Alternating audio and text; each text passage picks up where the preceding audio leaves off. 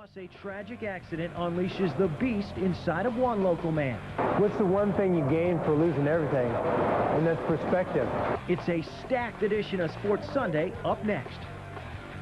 This is Midwest Air. All right, coming up, a story about strength and courage, and you'll enjoy this one from Leon Lebo when your Midwest Airlines Sports Sunday continues right after this. Welcome back, everybody. Tonight, a story of inspiration, courage, and strength. It's about a young man from Ottawa, Kansas, Nick Scott, who had thought he had lost everything, only to realize he still had so much left to gain. Leon Lebo has the story. It might be the first thing you notice about Nick Scott when you meet him. He's in a wheelchair. That's the way he sort of wants it to be. After all, the neon lights are there to get your attention. And they just died laughing when they saw the neons. So then I just kind of like posed like, I'm bad. It's the body inside the chair. That's where the message is. Because it doesn't matter if your glass is half empty or half full. You should be grateful that you have a glass. And you guys are the same age that I was at the turning point of my life. When that day when, you know, I thought I was going to die. That day was in the summer of 1998. Nick Scott was 16 years old on his way to football practice at Pomona High School. A tire on his car blew out, causing it to flip several times. And Nick was left paralyzed from the waist down. Yeah, I felt like my war was over. I mean, here I thought I was a big football player, and I had visions of that I'd be the NFL player and this and that, but then everything was taken away from me in a split second. And the biggest question is, like, what's next?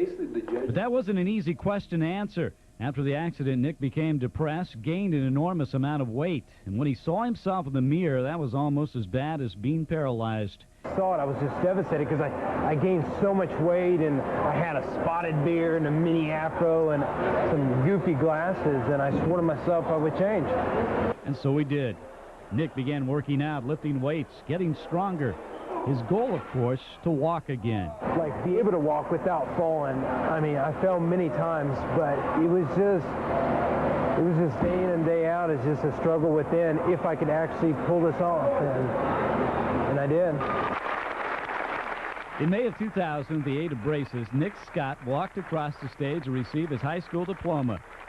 But for Nick, this was just the beginning. There were many more stages to cross. Nick would become a bodybuilder, the beast he called himself, a two-time national champion.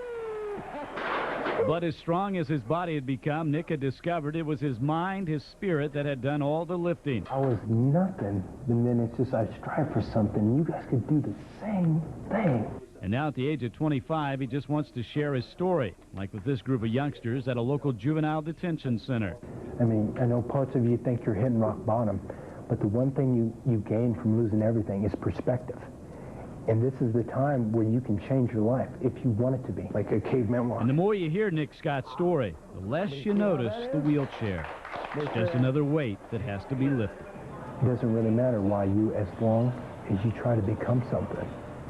And that's really what life is all about. Leon Lebo, NBC Action Sports.